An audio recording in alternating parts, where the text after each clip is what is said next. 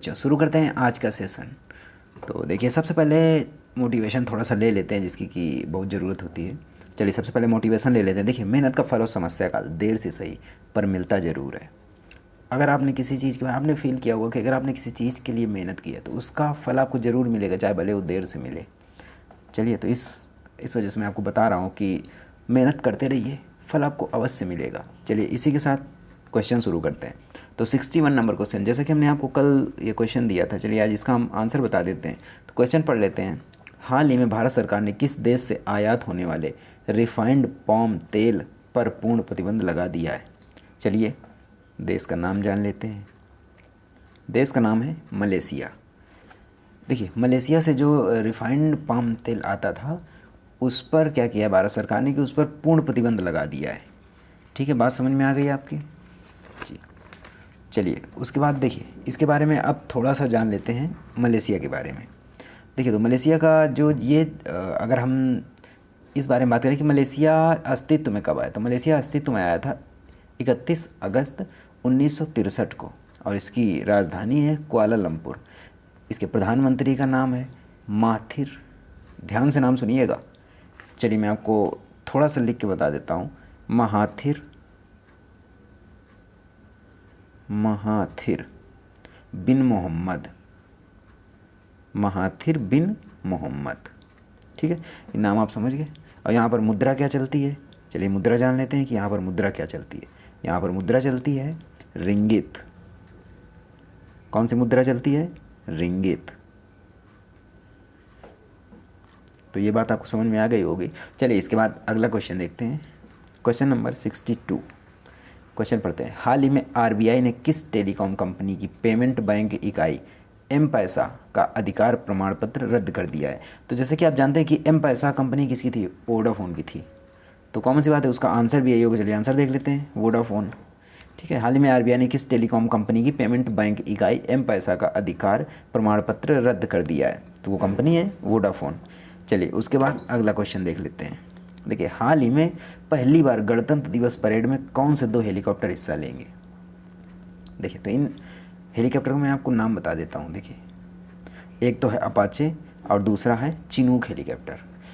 अब आपके मन में ये बात आ रही हो कि नाम तो बता दिया बट इसके बारे में थोड़ी जानकारी तो हमें होनी चाहिए। चलिए मैं आपको पहले दिखा देता हूँ। ये है अपाचे हेलीकॉप्टर। आपने अभी तक अपाचे बाइक नाम सुना होगा। चलिए अब हेलीकॉप्टर के भी नाम सुन लीजिए। ये है अपाचे हेलीकॉप्टर। तो इसके बारे में आप जानना चाहेंगे। अब आपने हेलीकॉप्टर का नाम सुना है तो फिर आप इसके बारे में थोड़ा सा जानना चाहेंगे। तो चलिए मैं आपको इसके बारे में थोड़ा सा बता देता हूँ कि ये इसको जो बनाया ये बोइंग कंपनी, ये इसका नाम भी पूरा अगर नाम इसका हम जाए तो ये है बोइंग AH-64 अपाचे। नाम आपकी समझ में आ गया। इसका नाम है बोइंग AH-64 अपाचे। यह अमेरिका का 2 टर्बो सॉफ्ट इंजन और 4 ब्लेड वाला अटैक हेलीकॉप्टर है। अब इसके बारे में हम क्या बताएं आपको। इसकी जो यह हेलीकॉप्टर अपने आगे लगे, जो इसके देखिए आगे इसमें सेंसर लगे होते हैं जिसकी मदद से रात में उड़ान भर सकता है। इसकी पहली उड़ान मैं आपको बताना चाहूँगा। इसकी पहली उड़ान 30 सितंबर 1975 में हुई थी। यह दुनिया में सबसे ज़्यादा प्रयोग होने वाला अटैक हेलीकॉप्टर है। ठीक है, इसका उत्पत्ति देश जो मैं आपको बताना चाहूँगी, इसका उत्पत्ति देश जो है वो है यूएस। ठीक है, और इसका बोइंग बाकी मैंने आपको बता ही दिया। आप जो प्रथम उड़ान थी वो मैंने आपको बता दी। देखिए, ये जो अपाचे हेलीकॉप्टर है तो इसके बारे में देखिए, इसकी जितनी भी प्रशंसा की जाए वो कम है, क्योंकि ये एक अजीब सी ताकत है, एक बहुत ही ज़्यादा ताकतवर हेलीकॉप्टर है ये। इसके बारे में देखिए थोड़ा सा और जान लेते हैं कि इसकी हाइट है 4.64 मीटर, 4.64 मीटर। और इसके पंखों को फैलाव, इसके जो 4 ब्लेड लगे हुए हैं उनका पंखों का जो फैलाव है वो है 5.227 मीटर। ठीक है, इसका वजन 6838 किलोग्राम यानी 6838 किलोग्राम और इसकी गति है 284 किलोमीटर प्रति घंटा। इसमें से 2 टर्बोसॉफ्ट, जैसे मैंने अभी आपको पहले बताया कि इसमें से 2 टर्बोसॉफ्ट इंजन लगाए गए हैं। ठीक है, और इसकी देखिए सबसे बड़ी इसकी खास बात यह है कि इसमें से इंफ्रारेड सिस्टम लगाया गया है। ये इंफ्रारेड सिस्टम से लैस है। इंफ्रारेड सिस्टम क्या होता है? देखिए, जैसे आप अंधेरे में, तो आप जब अंधेरे में जो सैनिक लोग होते हैं तो उनको एक चश्मा जो होता है, चश्मा जैसे जो चश्मा आप लोग लगाते हैं तो वो आपको ब्लैक होता है या फिर आप अंधेरे में नहीं देख सकते। बट जो सैनिक लोगों को या फिर जो फोर्स वाले होते हैं, जो डिफेंस वाले होते हैं, उनको जो चश्मा दिया जाता है, फिर उनके पास जो यंत्र होते हैं वो ऐसे होते हैं कि वो अंधेरे में भी चीज़ों को देख सकते हैं। अब आप सोच रहे होंगे कि अंधेरे में कैसे चीज़ों को देख सकते हैं। तो देखिए चीज़ें उनको दिखाई देती हैं, अगर कोई इंसान है या फिर कोई चीज़ है तो वो उनको ग्रीन कलर की दिखाई देती है। वैसे ही इसमें भी इंफ्रारेड सिस्टम लगा हुआ है, जिससे कि ये रात में भी चीज़ों को बहुत अच्छे तरीके से ढूंढ सकता है। ठीक है, तो जैसा कि इसमें आपने ये जान लिया कि एक अटैक हेलीकॉप्टर है। चलिए इसके बारे में हम आपको बिल्कुल प्रॉपर एक वीडियो बना के देंगे सभी हेलीकॉप्टर। कल मैंने जैसे आपको बताया था एक सुखोई विमान के बारे में, तो उसी प्रकार आज आपको अपाचे के बारे में बता रहा हूँ। चलिए उसके बाद देखिए, मैंने आपको भी 2 हेलीकॉप्टर का जो नाम बताया था, तो एक कौन सा बताया था, एक बताया आपको अपाचे और दूसरा बताया था चिनूक। चलिए चिनूक की भी फ़ोटो देख लेते हैं। देखिए ये है चिनूक, नाम लिख देते हैं, ये है चिनूक हेलीकॉप्टर। देखिए जैसा कि ये देखने से ही लग रहा है कि इसमें से ये बहुत ही बड़ा है, और इसमें से क्या काम किया जाता है कि इसमें सामान को भर के, जैसे कोई वजनी चीज़ है या फिर बहुत सारा वज़न, ढेर सारा वज़न ले जाना है या फिर कुछ सामान ले जाना है, ज़रूरत होती है। जैसे सैनिकों को ज़रूरत होती है कि जब वो कहीं पे होते हैं तो उनके लिए सामान पहुंचाना, या फिर है ना कोई होता है कि प्राकृतिक अप्रकृति जो घटना हो जाती है, तो उसमें से इसका यूज़ किया जाता है। चलिए इसके बारे में हम आपको थोड़ी सी जानकारी दे देते हैं कि देखिए यह सबसे पहले तो इसके बारे में ये है कि ये एकीकृत डिजिटल कॉकपिट मैनेजमेंट सिस्टम, एकीकृत डिजिटल कॉकपिट मैनेजमेंट सिस्टम से यह लैस है। इसको रडार में पकड़ पाना बहुत मुश्किल है। ठीक है, ये 20,000 फीट तक की ऊंचाई तक उड़ने वाला यह हेलीकॉप्टर 10 टन तक के वजन को उठाकर कहीं भी ले जा सकता है। मतलब इसमें 10 टन का वजन भी अगर रख दिया जाए, इसमें से सबसे बड़ी बात यह है कि इसमें वजन के साथ साथ सैनिक भी इसके अंदर बैठकर जा सकते हैं। तो बाकी ऊंचाई, और देखिए इसकी, चलिए पहले कि मैंने ऊंचाई चौड़ाई आपको बता दी थी, इसकी भी ऊंचाई चौड़ाई मैं आपको बता देता हूँ। तो इसकी ऊंचाई है 18 फुट और चौड़ाई है 16 फुट। ठीक है, ये 280 किलोमीटर प्रति घंटे की रफ्तार से चलता है। ठीक है, तो ये जानकारी आपके लिए काफ़ी होगी शायद। बाकी इनका जब प्रॉपर वीडियो आएगा हेलीकॉप्टर और डिफेंस की जो चीज़ होगा, तो उसमें से मैं आपको सारी चीज़ें डिटेल में बताऊँगा। चलिए उसके बाद देखते हैं अगला क्वेश्चन 64 नंबर। हाल ही में भारत का सबसे अधिक आबादी वाला राज्य उत्तर प्रदेश का कौन सा स्थापना दिवस मनाया गया है?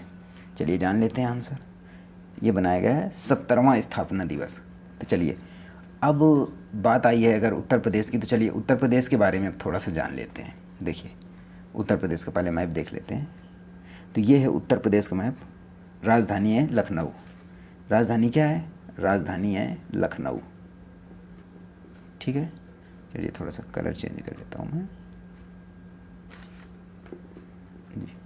ठीक है, तो राजधानी है इसकी लखनऊ। और इसका जो इसकी स्थापना हुई थी, अगर हम आपको बताएंगे इसकी स्थापना कब, तो इसकी स्थापना हुई थी 24 जनवरी सन 1950 में।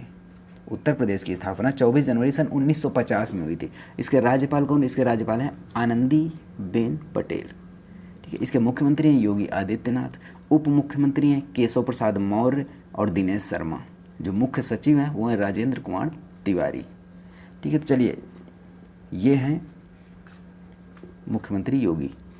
ठीक है, इसमें से अगर हम और कुछ चीज़ें आपको बताना चाहें, जैसे कि देखिए जनसंख्या के बारे में या फिर, तो वो चीज़ें ज़्यादा इम्पोर्टेंट नहीं है, बट ठीक है जो जानकारी मैंने दी आपको वो जानकारी आपके लिए बस काफ़ी है। ठीक है, उसके बाद चलिए ये चीज़ें देख लिए। उसके बाद देखते हैं आगे 65 नंबर क्वेश्चन। तो 65 नंबर में क्या है? हाल ही में जारी बल्लेबाजों की ताज़ा टेस्ट रैंकिंग में टॉप 10 में कितने भारतीय बल्लेबाज शामिल हैं? चलिए जान लेते हैं कितने बल्लेबाज शामिल हैं। तो इसका आंसर है 3 बल्लेबाज। Number 1 Virat Kohli, number 2 Cheteshwar Pujara, number 3 Ajinkya Rahane. चलिए उसके बाद देखते हैं अगला क्वेश्चन 66 नंबर। हाल ही में 14 जनवरी को कौन सा दिवस मनाया गया है? हाल ही में 14 जनवरी को कौन सा दिवस मनाया गया है? चलिए आंसर देख लेते हैं। मनाया गया है सशस्त्र बल भूतपूर्व सैनिक दिवस, जिसे सेना दिवस भी कहा जाता है। चलिए इसके बारे में थोड़ा सा जान लेते हैं। देखिए सेना दिवस के अवसर पर पूरा देश थल सेना के वीरता, अदम्य साहस और शौर्य की कुर्बानी की दास्तां को बयां करता है। जगह जगह कार्यक्रम आयोजित किए जाते हैं। दिल्ली में सेना मुख्यालय के साथ साथ देश के कोने कोने में शक्ति प्रदर्शन के अन्य कार्यक्रमों का भी आयोजन किया जाता है। देखिए इसके बारे में अगर हम और थोड़ा सा जानकारी आपको दें, देखिए सेना दिवस जो होता है वो भारत में हर रोज़ 15 जनवरी को कब मनाया जाता है? 15 जनवरी को लेफ्टिनेंट जनरल, जो कि बाद में फील्ड मार्शल हो गए थे, के.एम.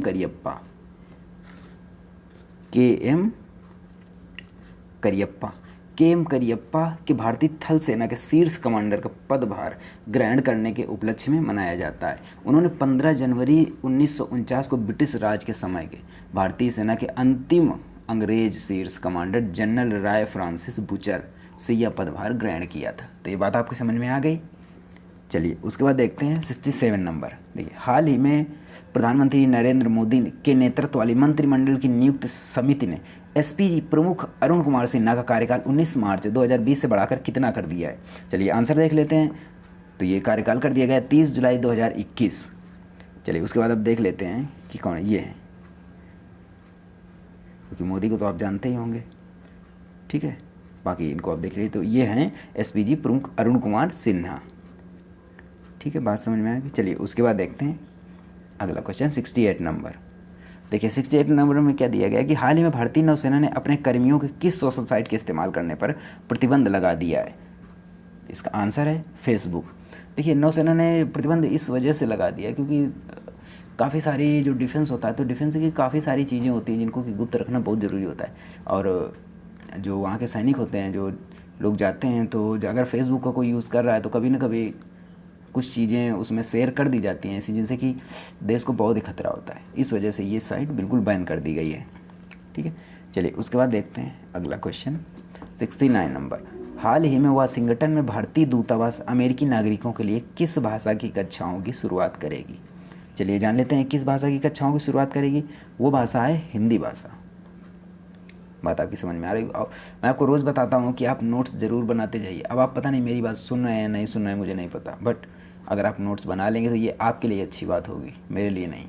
इस वजह से नोट्स ज़रूर बनाते रहिए डेली, ठीक है। चलिए अगला क्वेश्चन देखते हैं 70 नंबर। हाल ही में ग्रीन पीस इंडिया द्वारा जारी रिपोर्ट के अनुसार भारत का सबसे कम प्रदूषित शहर कौन सा है। चलिए जान लेते हैं कि सबसे कम प्रदूषित शहर कौन सा है।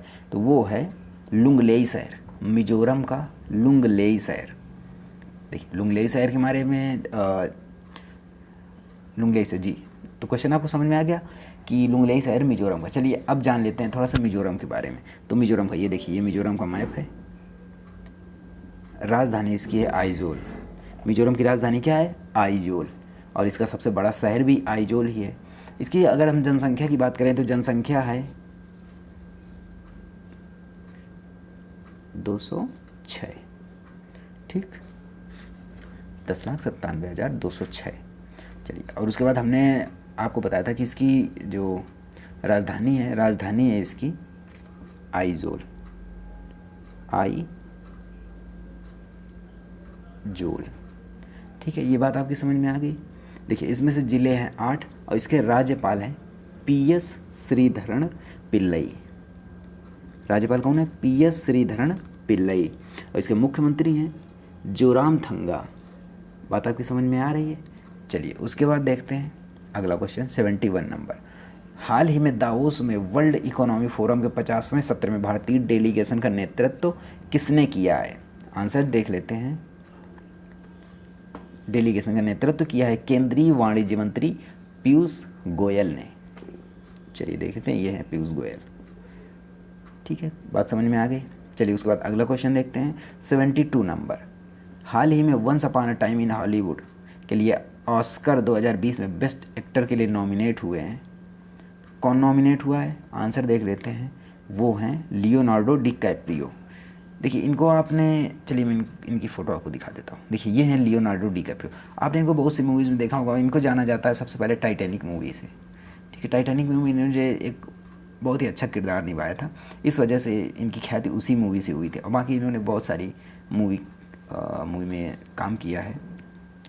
तो इनको क्वेश्चन क्या था कि once upon a time in Hollywood के लिए ऑस्कर 2020 में बेस्ट एक्टर के लिए नॉमिनेट किया गया है, ठीक है। इनके बारे में थोड़ा सा और अगर आप लोग जानना चाहें तो थोड़ा सा और जान लेते हैं इनके बारे में कि देखिए इनका जो जन्म हुआ था वो हुआ था 11 नवंबर 1974 को।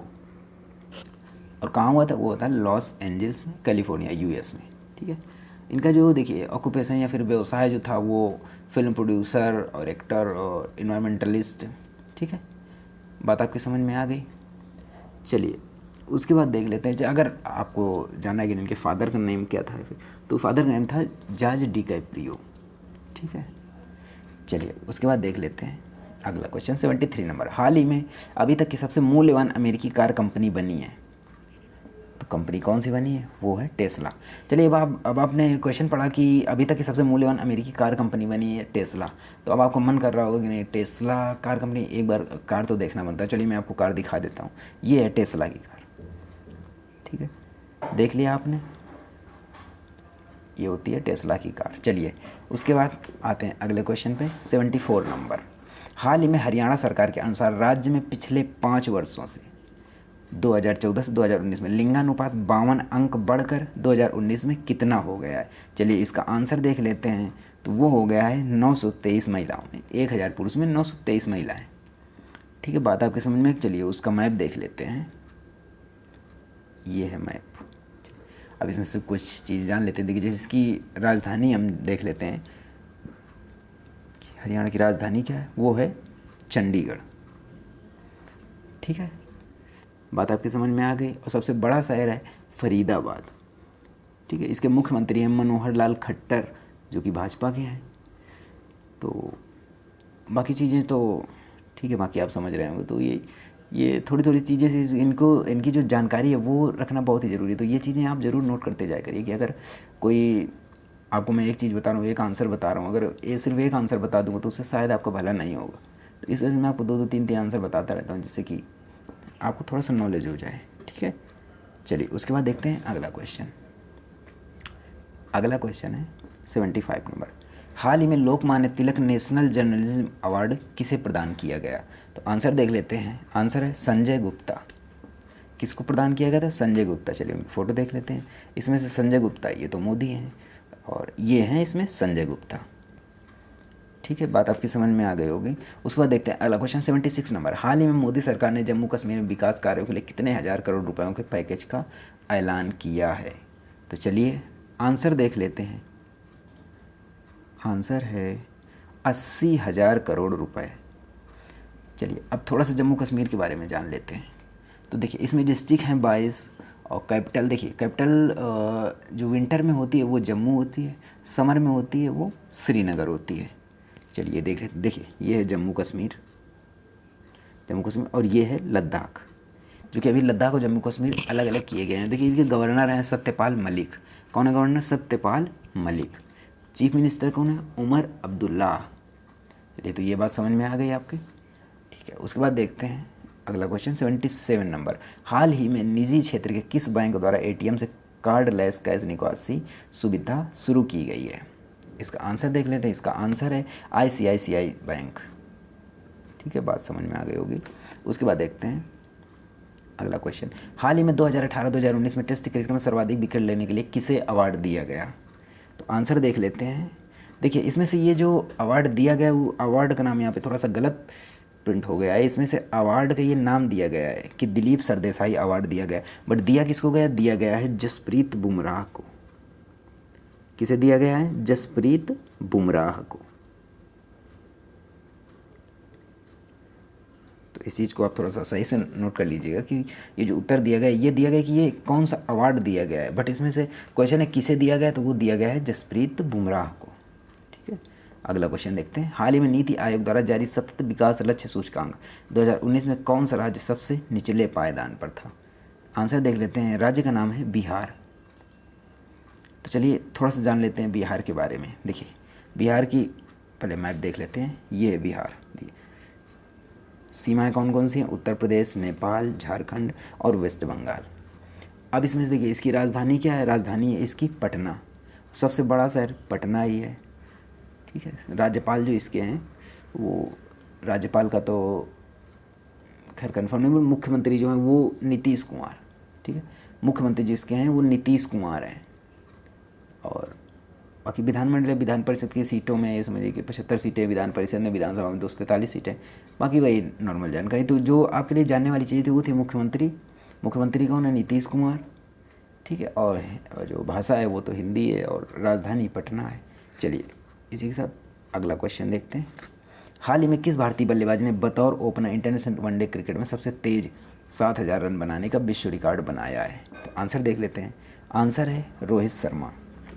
चलिए उसके बाद अगला क्वेश्चन देख लेते हैं। देखिए 81 नंबर क्वेश्चन, हाल ही में आईसीसी द्वारा one day cricketer of the year का खिताब किसे प्रदान किया गया। ये क्वेश्चन आप कल मुझे बताएंगे कि इसका सही आंसर क्या होगा। चलिए तब तक के लिए नमस्कार।